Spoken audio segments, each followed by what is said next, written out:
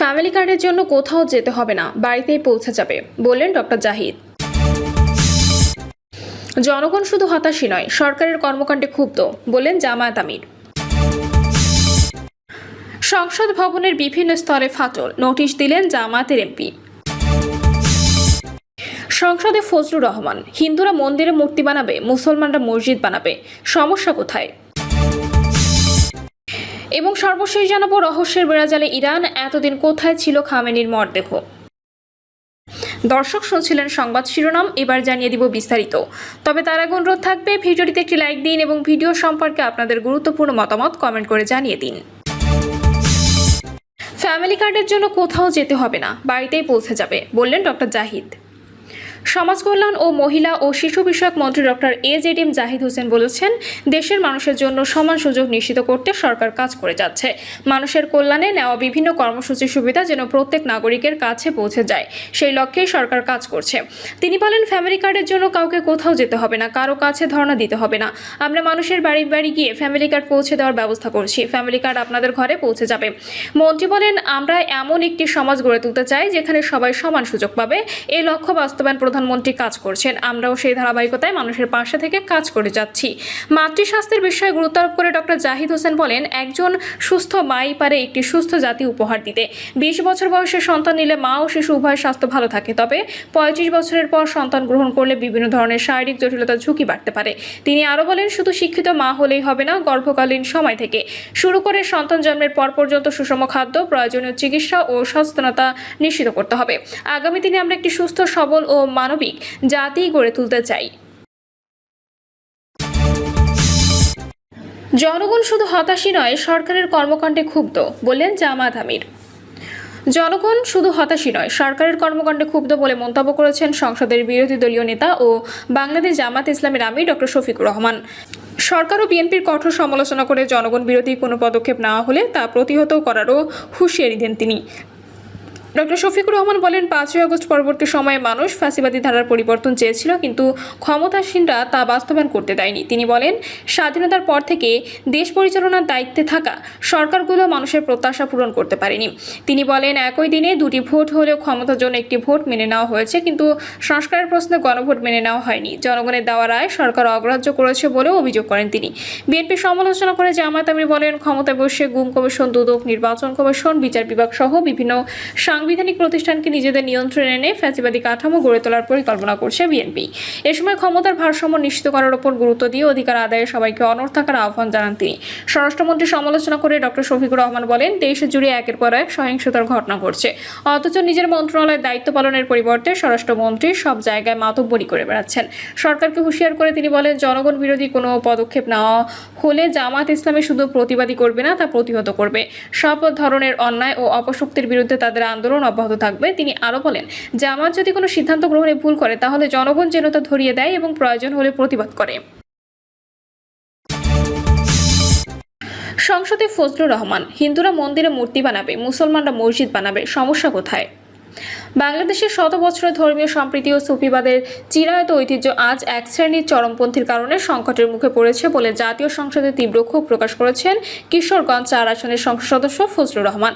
সম্প্রতি দেশের বিভিন্ন স্থানে পরমত সহিংসতা এবং বহুত্ববাদী সংস্কৃতির ওপর আঘাতের তীব্র সমালোচনা করে ফজলুর রহমান বলেছেন, অলি আউলিয়াদের হাত ধরে এই দেশে যে শান্তি সুফিবাদ এসেছে তা আজ একদল পোশাকধারী ধর্ম ব্যবসায়ী ধ্বংস করতে মেতে উঠেছে। সংখ্যালঘুদের দেশ ত্যাগের হুমকির বিরুদ্ধে কড়া হুঁশিয়ারি উচ্চারণ করে তিনি বলেন, 1204 খ্রিস্টাব্দের ইতিহাস ঘাটলে দেখা যায় 14 পুরুষ আগে থেকে এই দেশ হিন্দু ও বৌদ্ধদের ছিল। তারা এই দেশেরই 9% মানুষ, যাদের সংখ্যা প্রায় 1.5 কোটি, এবং এই মাটি তাদেরও পূর্বপুরুষের দেশ। হিন্দুরা তাদের মন্দিরে যত খুশি বড় মূর্তি বানিয়ে পূজা করুক, আর মুসলমানরা 25 তলা মসজিদ বানিয়ে নামাজ পড়ুক, এতে কারো কোনো ক্ষতি হওয়ার কথা নয়, বরং এটাই এদেশের আসল সৌন্দর্য। অথচ এই সহজ সত্যটা আজ এক শ্রেণীর মানুষ মেনে নিতে পারছে না। যারা পৃথিবীর কোনো সভ্যতা বা সংস্কৃতিকে তোয়াক্কা করে না, এই চরমপন্থার বিরুদ্ধে স্বরাষ্ট্রমন্ত্রী জরুরি দৃষ্টি আকর্ষণ করে ফজলুর রহমান বলেন, যদি সরকার মনে করে দেশে মন্দির বা মূর্তি তৈরি করা যাবে না, তবে তা আইন করে কঠোরভাবে বন্ধ করে দিক। কিন্তু যদি তা না হয়, তবে সংখ্যালঘুদের ওপর এই অত্যাচার ও মাজার সংস্কৃতির ওপর আঘাত কোনোভাবেই মেনে নেওয়া যাবে না। তিনি বলেন, হযরত খাজা মঈনুদ্দিন চিশতি, হযরত শাহজালাল শাহপরাণ কিংবা খান জাহান আলীর মতো আলী আউলিয়ারা এই দেশে এসে সবার উপরে মানুষের জয়গান গেয়েছেন এবং সুফিবাদের শিক্ষা দিয়েছেন, অথচ আজ সেই সুফিবাদের অনুসারীদের উপর নৃশংস হামলা হচ্ছে। কুষ্টিয়া ফরিদপুরে পীর মাশায়েখদের নির্মমভাবে কুপিয়ে ও পুড়িয়ে মারা হচ্ছে এবং খোদ শাহজালালের মাজার ভাঙার জন্য কোটি টাকার পুরস্কার ঘোষণা করা হচ্ছে। এই উগ্রতা ও মাজার ভাঙা সংস্কৃতির বিরুদ্ধে তীব্র প্রতিরোধ গড়ে তোলার আহ্বান জানিয়ে ফজলুর রহমান বলেন, যার ইচ্ছা সে মাজারে যাবে, যার ইচ্ছা যাবে না। কেউ চাইলে আহলে হাদিস পালন করবে, কিন্তু জোর করে কারো উপর কোনো মতাদর্শ চাপিয়ে দেওয়া বা অন্যের উপাসনালয় ও মাজার ধ্বংস করার অধিকার কারো নেই। সংসদ ভবনের বিভিন্ন স্তরে ফাটল, নোটিশ দিলেন জামাতের এমপি।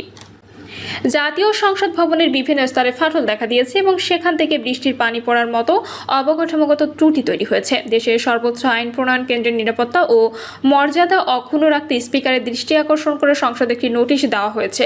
জামায়াত ইসলামী সংসদ সদস্য রাশেদুল ইসলাম রাশেদ সংসদের বৈঠকে এই নোটিশটি উত্থাপন করেন।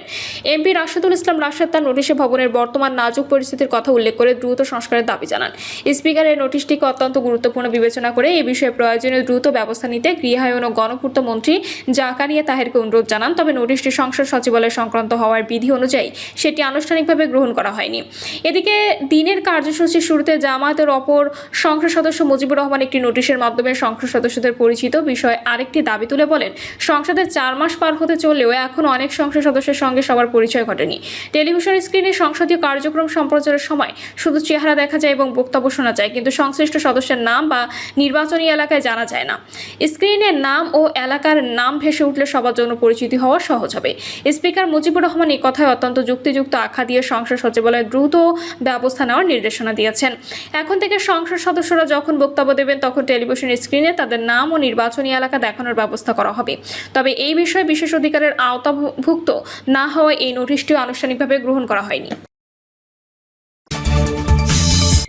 রহস্যের বেড়াজালে ইরান, এতদিন কোথায় ছিল খামেনির মরদেহ? ইরানের সর্বোচ্চ ধর্মীয় নেতা আয়াতুল্লাহ আলী খামেনির মৃত্যু নিয়ে ধোঁয়াশা যেন কিছুতেই কাটছে না। দীর্ঘ 4 মাসেরও বেশি সময় আগে গত 28শে ফেব্রুয়ারি মার্কিন ও ইসরায়েলি হামলায় তার মৃত্যুর খবর ছড়িয়ে পড়েছিল। কিন্তু মৃত্যুর দীর্ঘ 133 দিন পর আগামী জুলাই মাসে তার শেষকৃত্যের ঘোষণা আসতেই নতুন করে দানা বাঁধতে শুরু করেছে হাজারো প্রশ্ন। সাধারণ মানুষের মনে এখন একটাই জিজ্ঞাসা, এই দীর্ঘ সময় কোথায় এবং কিভাবে রাখা হয়েছিল এই প্রভাবশালী নেতার মরদেহ? ইরানের রাষ্ট্রীয় সংবাদ মাধ্যমের দাবি অনুযায়ী আগামী 4 জুলাই থেকে শুরু হয়ে 9 জুলাই পর্যন্ত চলবে খামেনির শেষকৃত্যের বর্ণাঢ্য আনুষ্ঠানিকতা। এরপর মাশহাদ নগরীতে তাকে সমাহিত করা হবে। তবে মৃত্যুর একদিন পর দাফনের এই নজিরবিহীন সিদ্ধান্ত বিশ্বজুড়ে তীব্র কৌতূহল ও রহস্যের জন্ম দিয়েছে। সাধারণ শিয়া ইসলামী রীতি অনুযায়ী মৃত্যুর পর যত দ্রুত সম্ভব মরদেহ দাফন করার বিষয়ে নিয়ম থাকলেও খামেনির ক্ষেত্রে কেনই ব্যতিক্রম, তা নিয়ে চলছে জোর আলোচনা। সবচেয়ে বড় রহস্যের দেয়াল তৈরি হয়েছে খামেনির মরদেহের বর্তমান অবস্থান এবং তার সংরক্ষণের প্রক্রিয়া নিয়ে। গত 4 মাস ধরে তার দেহটি কোথায় লুকিয়ে রাখা হয়েছিল সে বিষয়ে তেহরান প্রশাসন সম্পূর্ণ নীরবতা বজায় রেখেছে। কোনো অফিসিয়াল তথ্য না থাকায় সামাজিক যোগাযোগ মাধ্যমে এখন চলছে জল্পনা কল্পনা। গত ফেব্রুয়ারি সেই উত্তাল দিনগুলোয় মার্কিন ও ইসরায়েলি হামলায় খেপে উঠেছে ইরান। হামলার পরপরই বিভিন্ন আন্তর্জাতিক সংবাদ মাধ্যম খামেনির মৃত্যুর খবর দিলেও ইরান সরকার তাৎক্ষণিকভাবে তা স্বীকার করেনি। এই দীর্ঘ লুকোচুরি এবং ধামাচাপা দেওয়ার চেষ্টা অনলাইনের দুনিয়ায় গুজব ও সন্দেহের ডালপালাকে আরও বেশি উস্কে দিয়েছিল, যা আজও অবসান হয়নি। ইসলামী আইন ও শরিয়া বিশেষজ্ঞদের মতে যুদ্ধ পরিস্থিতি বা কোনো বিশেষ নিরাপত্তা সংকট থাকলে দাফন কার্যে কিছুটা বিলম্ব করার অবকাশ রয়েছে। কিন্তু খামেনির সাথে একই হামলায় নিহত অন্যান্য শীর্ষ সামরিক কমান্ডার ও কর্মকর্তাদের অনেক আগেই রাষ্ট্রীয় মর্যাদায় সমাহিত করা হয়েছে। তাহলে শুধু খামেনির সেই বিদায়ের তারিখ বারবার ঘোষণা করেও কেন তা পিছিয়ে দেওয়া হলো, সেই রহস্যের জট এখনও খোলেনি। রহস্যের আরেকটি বড় দিক হলো খামেনির মরদেহের বর্তমান শারীরিক অবস্থা। এর আগেও কিছু ইরানি গণমাধ্যমের প্রতিবেদনে বলা হয়েছিল, সেই ভয়াবহ হামলায় নিহত বেশ কয়েকজন কর্মকর্তার দেহ এতটাই ক্ষতবিক্ষত হয়েছিল যে সপ্তাহের পর সপ্তাহ পর উদ্ধার হওয়া সেই দেহগুলো শনাক্ত করতে ডিএনএ পরীক্ষার সাহায্য নিতে হয়েছিল। ফলে খামেনির দেহাবশেষ আসলেই অক্ষত আছে কিনা তা নিয়ে খোদ ইরানের ভেতরেই এক ধরনের সংশয় তৈরি হয়েছে। বিশ্লেষকদের ধারণা, ইরানের বর্তমান অভ্যন্তরীণ রাজনৈতিক সমীকরণ ও ক্ষমতার টানাপোড়েনের কারণেই হয়তো এই মর্তেও আড়াল করে রাখা হয়েছিল। সর্বোচ্চ নেতার আকস্মিক বিদায়ের পর দেশের শাসনভার কার হাতে যাবে এবং জনমনে যাতে কোনো বিশৃঙ্খলা সৃষ্টি না হয়, সম্ভবত সেই কৌশলগত কারণেই তেহরানের নীতি নির্ধারকেরা এতদিন সময় নিয়েছেন। প্রিয় দর্শক, এই ছিল এখনকার সর্বশেষ সংবাদ। আপডেট সব সংবাদ পেতে চ্যানেলটি সাবস্ক্রাইব করে বেল আইকনটি ক্লিক করে রাখুন।